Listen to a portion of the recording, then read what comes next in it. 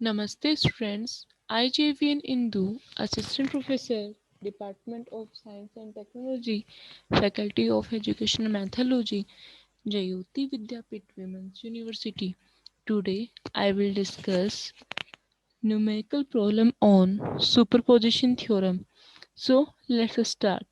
First of all, I will discuss the steps which we will use for solving the numerical by using superposition theorem. So let's start. First step is identify the branch and quantity to be calculated along with the presence of more than one active source. First step के अंदर हम क्या करेंगे, सबसे पहले identify करेंगे branch को and quantity को जो हमें कैलकुलेट करनी है along with the presence of more than one active source. सबसे पहले हमें क्या आइडेंटिफाई करनी है, ब्रांच आइडेंटिफाई करनी है कि किस ब्रांच के अंदर हमें क्वांटिटी फाइंड आउट करना है एंड देखना है कि जिस ब्रांच के अंदर हमें जो क्वांटिटी फाइंड आउट करनी है तो उस सर्किट के अंदर मोर than one active sources available है कि नहीं है। तो अगर उस सर्किट में मोर than one active sources available नहीं होंगे तो हम उस सर्किट में सुपरपोजिशन थ्योरम अप्लाई नहीं कर सकते हैं। सुपरपोजिशन थ्योरम अप्लाई करने के लिए आपके जो सर्किट होगा उसके अंदर मोर than one active sources available होने चाहिए। तो सबसे पहले हम लोग आइडेंटिफाई करेंगे ब्रांच एंड क्वांटिटी को जो हमें कैलकुलेट करनी है along with presence of more than one active source.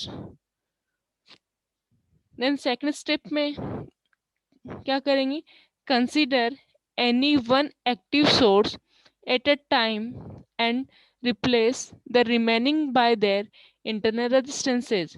Second step के अंदर हम क्या करेंगे, only one active source को consider करेंगे at a time and remaining active sources को हम उनके इंटरनल रेजिस्टेंसेस से रिप्लेस कर देंगे। फर्स्ट स्टेप में क्या किया, ब्रांच एंड क्वांटिटी आइडेंटिफाई की जो हमें कैलकुलेट करनी है एंड देखा कि सर्किट में मल्टीपल सोर्सेस अवेलेबल हैं कि नहीं है। देन अगर मल्टीपल सोर्सेस अवेलेबल हैं तो देन फर्दर नेक्स्ट स्टेप पे आएंगे। नेक्स्ट स्टेप में क्या करेंगे, at a time only one active source को हम लोग कंसिडर करेंगे एंड रिमेनिंग एक्टिव सोर्सेस को उनके इंटरनल रेजिस्टेंसेस से रिप्लेस कर देंगे। देन थर्ड स्टेप में क्या करेंगे, calculate the required electrical quantity for their particular source.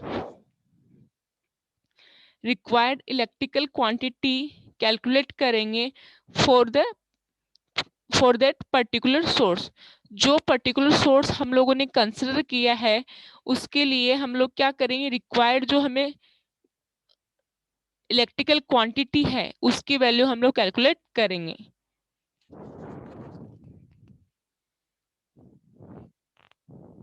Repeat the last two steps for all the active sources. अभी सबसे पहले हमने देखो सेकंड स्टेप के अंदर क्या किया, ओनली वन एक्टिव सोर्स को एक्टिव रखा at a time and remaining active sources को उनके इंटरनल रेजिस्टेंसेस से क्या कर दिया, रिप्लेस कर दिया। देन थर्ड स्टेप में क्या किया, जो क्वेश्चन के अंदर रिक्वायर्ड क्वांटिटी हमें फाइंड आउट करनी है उसको कैलकुलेट करेंगे किसी पर्टिकुलर सोर्स के लिए, जो सोर्स हम लोगों ने उस टाइम पर एक्टिव रखा है उस सोर्स को एक्टिव रखते हुए हम क्या करेंगे, जो रिक्वायर्ड इलेक्ट्रिकल क्वांटिटी है उसको कैलकुलेट करेंगे। देन हर एक एक्टिव सोर्स के लिए हम ये जो सेकंड और जो थर्ड स्टेप है ये क्या करेंगे, रिपीट करेंगे। Then repeat the last two steps for all the active sources. Then fifth step में क्या करेंगे, algebraic sum of all these individual values will be the final value of required electrical quantity for all the sources working together. Last step में हम क्या करेंगे, जितनी भी individual values हम लोगों ने फाइंड आउट की थी ओनली पर्टिकुलर एक्टिव सोर्स के लिए, तो उन सभी वैल्यू इंडिविजुअल वैल्यूज को हम लोग क्या करेंगे, उनका एल्जेब्राइक सम करेंगे। एल्जेब्राइक सम क्यों करेंगे? फाइनल वैल्यू फाइंड आउट करने के लिए रिक्वायर्ड इलेक्ट्रिकल क्वांटिटी का।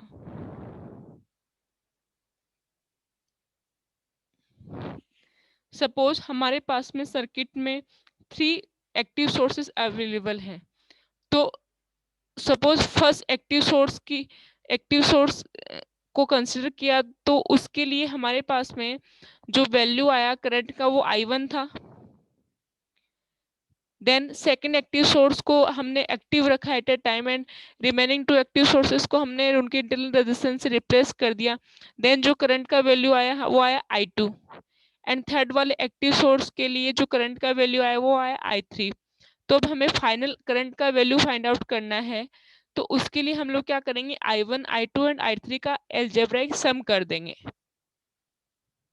तो वो हमारी फाइनल इलेक्ट्रिकल क्वांटिटी का हमें फाइनल वैल्यू मिल जाएगा इलेक्ट्रिकल क्वांटिटी का। ये स्टेप्स जब हम लोग अब क्वेश्चंस जब हम अभी क्वेश्चन सोल्व करेंगे तो उसमें आपको और अच्छे से समझ में आएंगे।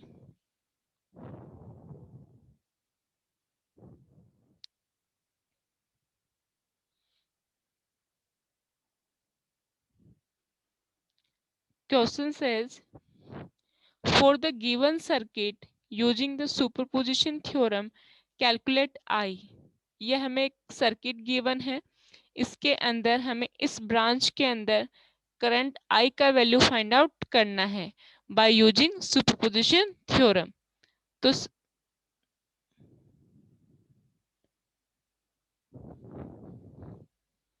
अब सबसे पहले हम लोग क्या करेंगे, फर्स्ट स्टेप क्या बोलता था, identify the branch and quantity to be calculated along with the presence of more than one active sources. हमें ब्रांच एंड क्वांटिटी को आइडेंटिफाई करना है जो हमें कैलकुलेट करना है along with the presence of more than one active sources. तो देखिए इस सर्किट के अंदर हमें क्या करना है, इस वाले ब्रांच के अंदर करंट I का वैल्यू फाइंड आउट करना है। अब देखते हैं इस ब्रांच में जो करंट I का वैल्यू फाइंड आउट करना है, तो क्या इस सर्किट के अंदर मोर than one active sources available हैं? हाँ, तो बिल्कुल यहाँ पे देखो 3 एक्टिव सोर्सेस अवेलेबल हैं, 1 2 3।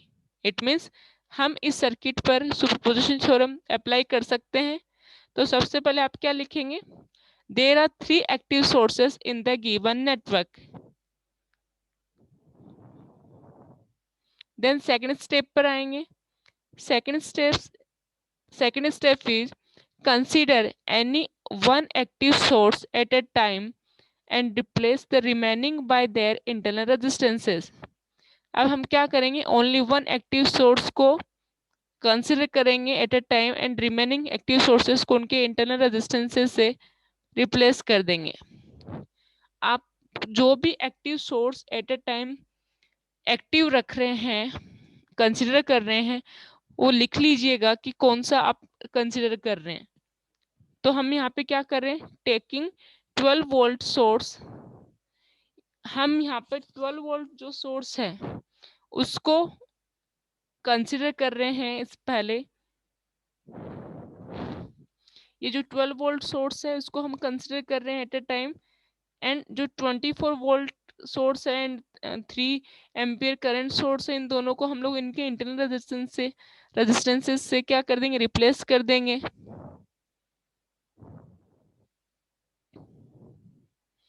तो देखिए यहाँ पे जो वोल्टेज सोर्स था वो तो शॉर्ट सर्किट से रिप्लेस हो गया, एंड यहाँ पे जो करंट सोर्स था वो ओपन सर्किट हो गया, बिकॉज वोल्टेज सोर्स का इंटरनल रेजिस्टेंस क्या होता है, 0, तो उसको हमने शॉर्ट सर्किट से रिप्लेस कर दिया। एंड जो करंट सोर्स होता है उसका इंटरनल रेजिस्टेंस क्या होता है, इनफाइनाइट, तो उसको हमने ओपन सर्किट से रिप्लेस कर दिया। अब हमें क्या करना है, इस वाली ब्रांच के अंदर करंट का वैल्यू फाइंड आउट करना है। हमने कंसिडर कर लिया कि इस वाले ब्रांच में करंट क्या कौन सी फ्लो कर रही है, आई डैश। अब देखिए यहाँ पे टोटल मेसेज कितने हैं, 2 हैं, 1 2। हर एक मेश के अंदर हम लोगों ने करंट असाइन कर दिया। तो हमने मेश 1 में जो करंट फ्लो कर रहा है वो कंसिडर किया कि वो I1 फ्लो कर रहा है क्लॉकवाइज डायरेक्शन में, एंड मेश 2 के अंदर जो करंट फ्लो कर रहा है वो I2 फ्लो कर रहा है क्लॉकवाइज डायरेक्शन में। तो हम पहले क्या करेंगे, I1 और I2 का वैल्यू फाइंड आउट करेंगे। तो मेश 1 में जब हम लोग KVL अप्लाई करेंगे तो हमें फाइनल इक्वेशन ये वाला मिलेगा, एंड मेश 2 के अंदर जब हम लोग KVL अप्लाई करेंगे इसमें, तो हमें फाइनल इक्वेशन ये मिलेगा। अब जब हम इक्वेशन 1 एंड 2 को सॉल्व करेंगे तो हमें I1 का वैल्यू मिल जाएगा 2 एम्पियर एंड I2 का वैल्यू मिल जाएगा 0.5 एम्पियर। अब हमें क्या करना था, इस वाली ब्रांच के अंदर कितना करंट फ्लो कर रहा है वो वैल्यू हमें फाइंड आउट करना है।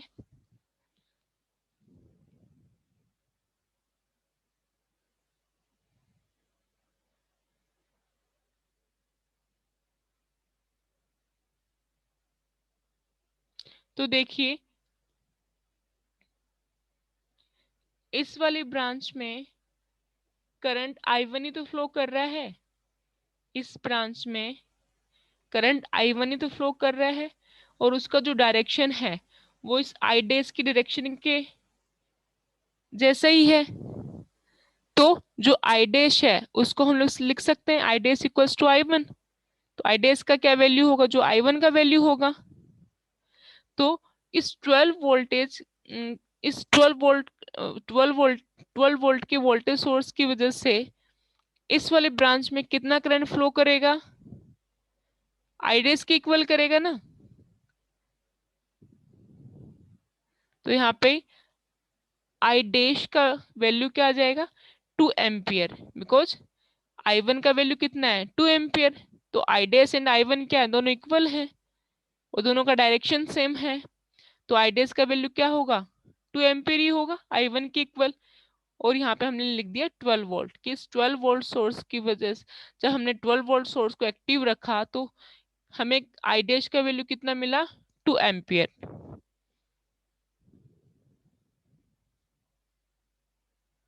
Now we are taking 24 volt source and replacing all other active sources by their internal resistances। अब हम क्या कर रहे हैं, ओनली जो 24 वोल्ट सोर्स है उसको एक्टिव रख रहे हैं, एंड यहाँ पे जो 12 वोल्ट का सोर्स था उसको हमने रिप्लेस कर दिया शॉर्ट सर्किट से, बिकॉज इसका इंटरनल रेजिस्टेंस कितना होता है, 0 ओम। तो इसको हमने शॉर्ट सर्किट से रिप्लेस कर दिया। यहाँ पे जो 3 एम्पियर का करंट सोर्स था उसको उसके इंटरनल रेजिस्टेंस से रिप्लेस कर दिया, तो ये क्या हो गया, ओपन सर्किट हो गया। अब अगेन कितने नंबर ऑफ मैसेज हैं यहाँ पे, अब 1 2, ये तो ओपन सर्किट है, 2 नंबर ऑफ मैसेज हैं। तो यहाँ पे हम क्या करेंगे, हर एक मैश में क्या करेंगे, करंट असाइन कर लिया, इसमें I1 कर लिया, इसमें I2 कर लिया, एंड अब क्या करेंगे, मेश 1 और मेश 2 में हम लोग KVL अप्लाई करेंगे।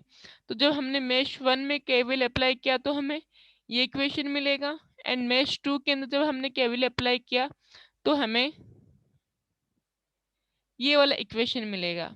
जब इक्वेशन 1 और इक्वेशन 2 को सॉल्व करेंगे तब हमें I1 का वैल्यू मिलेगा -1 एम्पियर एंड I2 का वैल्यू मिलेगा -1.75 एम्पियर। अब जब हमें I1 I2 का वैल्यू मिल गया तो हम क्या कर सकते हैं,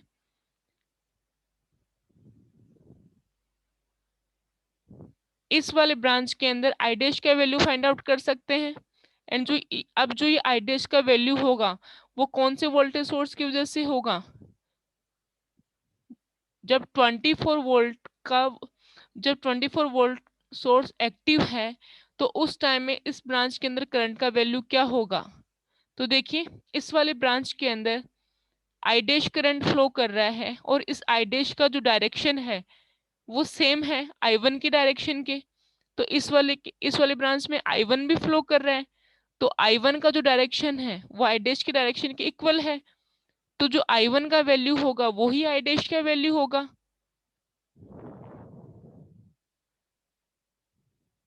तो आई वन का वैल्यू क्या, -1 एम्पियर। तो आई डैश 24 वोल्ट सोर्स की वजह से उस वाली ब्रांच में आई डैश का जो वैल्यू होगा वो क्या होगा, आई वन की इक्वल, मीन्स की -1 एम्पियर।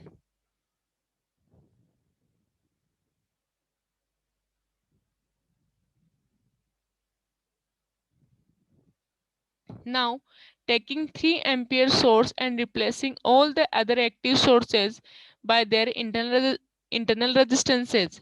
अब हम क्या करेंगे, ओनली जो 3 एम्पियर का करंट सोर्स है इसको कंसिडर करेंगे, एंड जो 12 वोल्ट का सोर्स था एंड 24 वोल्ट का सोर्स था वो दोनों को हमने उनके इंटरनल रेजिस्टेंस से क्या कर दिया, रिप्लेस कर दिया, मीन्स कि उनको शॉर्ट सर्किट कर दिया।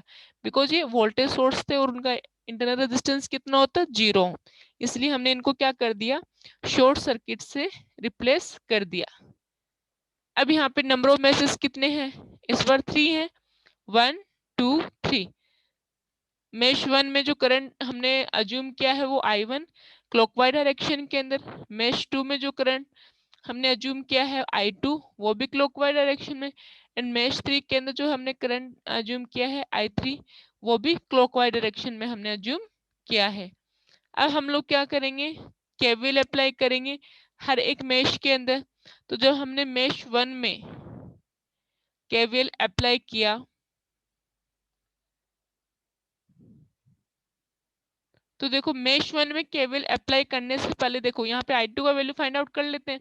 मेश टू जो है, मेश टू के अंदर हमने आई टू करंट कंसिडर किया था, एंड जो मेश टू जो है उसमें 3 एम्पियर का करंट सोर्स भी तो लगा हुआ है, तो आई टू का वैल्यू वही होगा जितना एक का सोर्स यहाँ पे लगा हुआ है। अब इस सोर्स का जो डायरेक्शन है वो क्या है, अपोजिट है, किसकी डायरेक्शन के, आई टू की डायरेक्शन के। तो जो आई टू का वैल्यू होगा वो क्या होगा, -3 एम्पियर। अब हम क्या करेंगे, मेश वन के अंदर केवीएल अप्लाई करेंगे। तो जब मेश वन में केवीएल अप्लाई करेंगे तो हमें ये वाला इक्वेशन मिलेगा। अब इस इक्वेशन के अंदर क्या है, आई टू भी है, तो हम क्या कर देंगे, इक्वेशन इस वाले इक्वेशन में आई टू का वैल्यू पुट कर देंगे, और आई टू का वैल्यू क्या है, -3। तो -3 यहाँ पे पुट कर दिया, देन इसको सोल्व किया तो हमारे पास में ये वाला इक्वेशन आया, इसको हमने इक्वेशन नंबर 1 दे दिया। अब हम क्या करेंगे, मेश थ्री के अंदर केवल अप्लाई करेंगे इस वाले में, तो हमें कौन सा इक्वेशन मिलेगा, ये वाला इक्वेशन मिलेगा, इसको हमने इक्वेशन नंबर 2 दे दिया।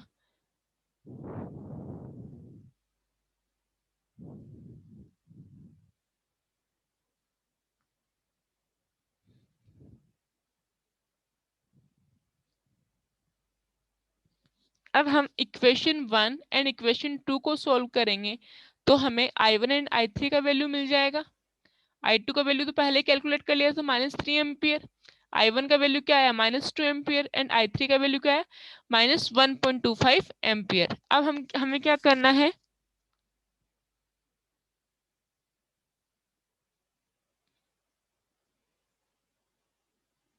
इस वाली ब्रांच के अंदर आई डैश का वैल्यू फाइंड आउट करना है जब 3 एम्पियर करंट सोर्स क्या है,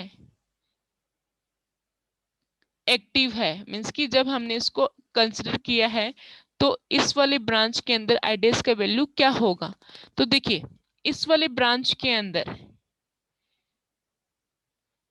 एक तो आई वन फ्लो कर रहा है, एक आई टू फ्लो कर रहा है। आई वन तो कहाँ से फ्लो कर रहा है, ये टॉप टू बॉटम जा रहा है, एंड आई टू जो है वो बॉटम टू टॉप जा रहा है। तो जो आई डैश होगा वो I one and I two का रिजल्टेंट होगा, I one and I two का डिफरेंस होगा। तो देखिए जो आई वन है उसका वैल्यू कितना आया था हमारे पास में,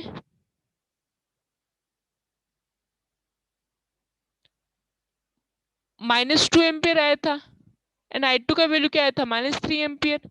तो देखो अब क्या करेंगे, जो आई डैश करंट इस ब्रांच में फ्लो कर रहा है उसका जो डायरेक्शन है वो I1 की डायरेक्शन में है, एंड जो I2 का डायरेक्शन वो इस आई डैश की डायरेक्शन के अपोजिट में है। तो हम क्या करेंगे, I1 में से I2 को क्या कर देंगे, सब्ट्रैक्ट कर देंगे। तो हमारा इस ब्रांच का वैल्यू आ जाएगा करंट का, आई डैश का 3 एम्पियर करंट सोर्स की वजह से।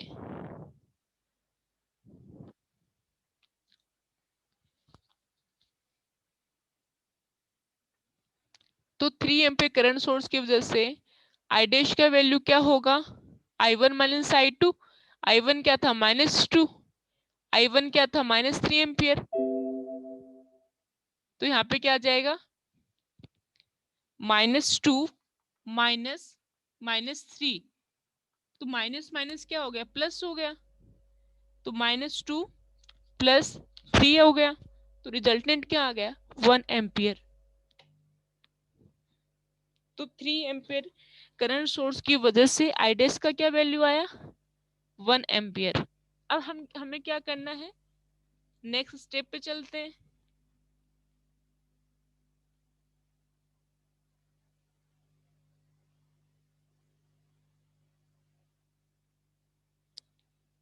लास्ट स्टेप क्या है, algebraic sum of all these individual value will be the final value of required electrical quantity for all the sources working together। अब हम क्या करेंगे, एट ए टाइम एक सोर्स को, एक एक्टिव सोर्स को एक्टिव रखने के बाद में जो करंट का वैल्यू आया है, हर एक एक्टिव सोर्स की वजह से जो करंट का वैल्यू आया है उन सब का एल्जेब्राइक सम करेंगे। तो जो एल्जेब्राइक सम करने के बाद में जो फाइनल वैल्यू आएगा वो हमारा क्या होगा, रिक्वायर्ड इलेक्ट्रिकल क्वांटिटी होगा।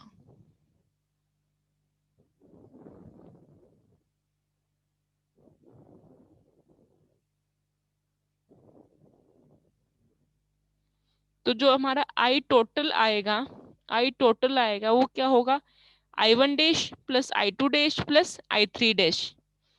I1 डैश कितना आया था 2, I2 डैश कितना आया था -1, एंड I3 डैश कितना आया था +1।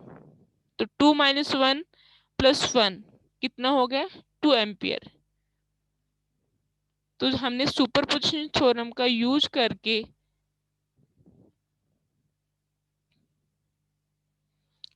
इस वाली ब्रांच के अंदर आई का वैल्यू फाइंड आउट कर लिया है।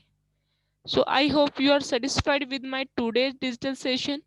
If you have any query, please mention in the comment section and I will resolve it on the live session. Thank you.